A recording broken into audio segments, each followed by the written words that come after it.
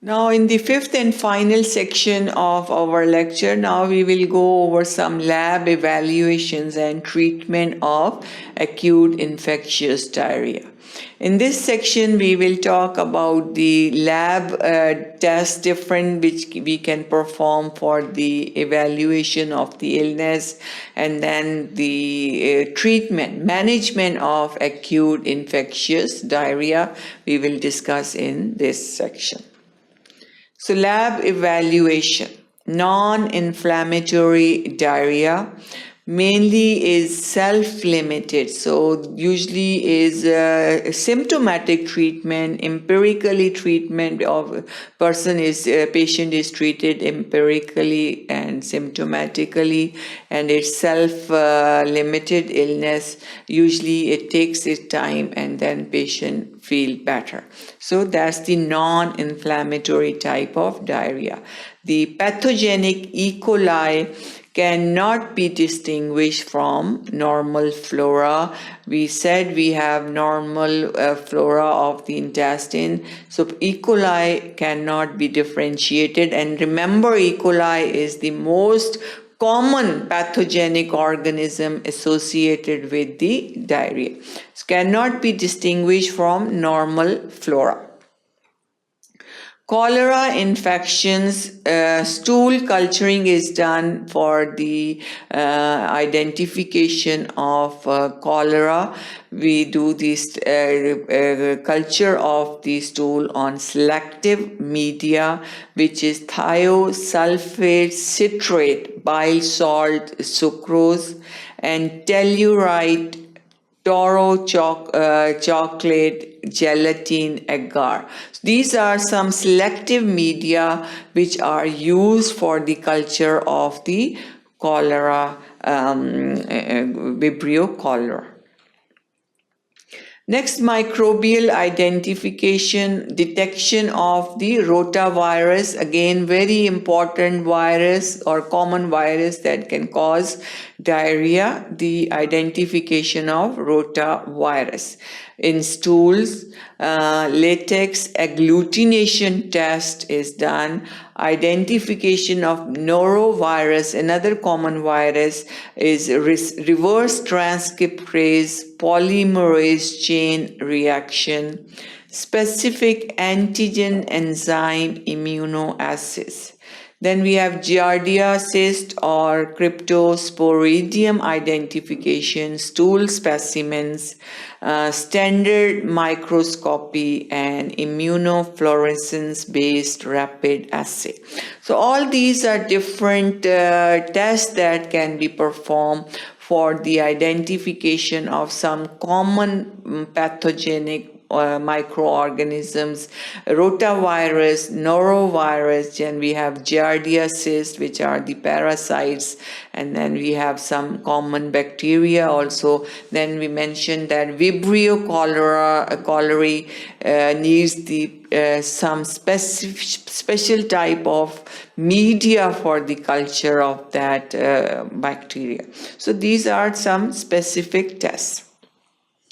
Then inflammatory disease evaluation, stool is cultured for Salmonella, Shigella, Campylobacter. All these can cause inflammatory diarrhea.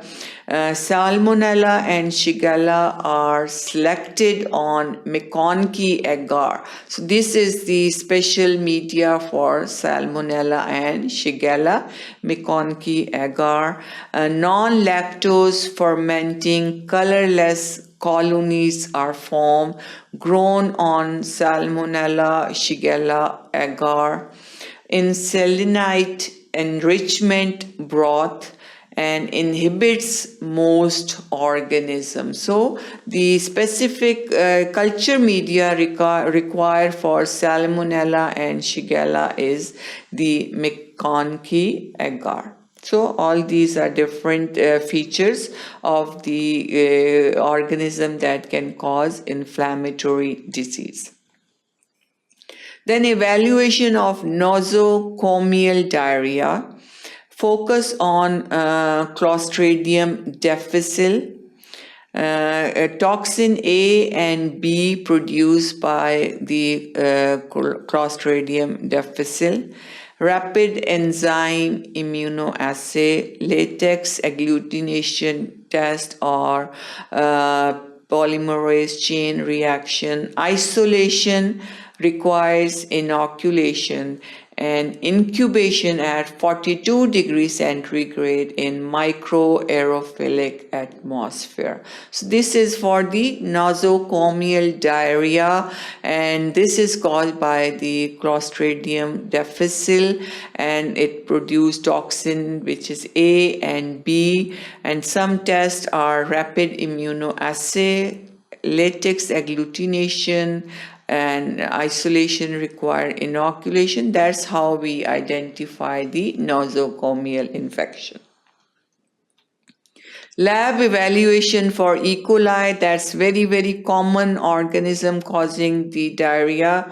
E. coli 0157H7, common pathogens isolated from visibly bloody stools, identified by serotyping, and it is identified as lactose fermenting colonies, indole positive, colonies of sorbitol non-fermenters on sorbitol McConkey plates. So these are different, again, methods of evaluation for E. coli. And they are how they are identified once they are cultured. Treatment is again how the patient present and then the specific treatment. If there is watery diarrhea with no blood, no fever, 1 or 2 unformed stools per day without distressing enteric symptoms, usually oral rehydration should be given, and some crackers are very effective. If there is watery diarrhea, no blood, no fever, 1 or 2 unformed stools per day, but with distressing enteric symptoms are present, then we should give bismuth subsalicylate for adults 30 ml or 2 tablets every 30 minutes for 8 doses, or loperamide 4 mg followed by 2 mg after passage of each unformed stool. So these are the treatment options. First, just oral rehydration, then we said bismuth subsalicylate along with loperamide. Then if there is watery diarrhea, no blood, no distressing abdominal pain, no fever, and there are more than 2 unformed stools, then we should go for antibacterial drug plus loperamide. Dysentery, if it is present, antibacterial drug. Vomiting, diarrhea, bismuth subsalicylate is used. Diarrhea in infants less than 2 years old, we have fluid and electrolyte. ORS should be given. Continue feeding, especially with breast milk. Medical attention for moderate dehydration, fever lasting more than 24 hours. Bloody stools or diarrhea lasting more than several days. So different treatment options. Some need just oral rehydration, some need antimicrobial, some need just the loperamide or anti-diarrheal. So these are different treatment options available for the acute infectious diarrhea. Adequate rehydration by ORS is very important for cholera and dehydrating diarrheal diseases. Various preparations of ORS are available. IV solutions are given. Also, Ringer's lactate is used as oral IV solution. In cholera, intact glucose facilitated absorption of sodium and water is intact because of glucose facilitated absorption. Traveler's diarrhea, we should use the rehydration and use of bismuth subsalicylate, anti-peristaltic agent, antimicrobial agents. Efficacy of probiotics is debated. Antimicrobial treatment usually patients with dysentery, with shigellosis, campylobacter infection, enterohemorrhagic E. coli infection. Treatment for enterohemorrhagic E. coli infection, we use the antibiotic-induced replication of Shiga toxin producing lambdoid bacteriophages, increased toxin production, risk of hemolytic uremic syndrome, renal failure, and the diagnosis is by bloody diarrhea with low fever. Prophylactic treatment or treatment to prevent is improvement in hygiene is very important. Proper hand washing is important before we touch anything which we are supposed to use before drinking water, eating. So proper hygiene is very, very important. Hot, freshly cooked food is very important for the travelers. Drinking only boiled or treated water is important. Bismuth subsalicylate is used for prophylaxis, probiotics, antimicrobial agent, non-absorbed antibiotic, rifaximin.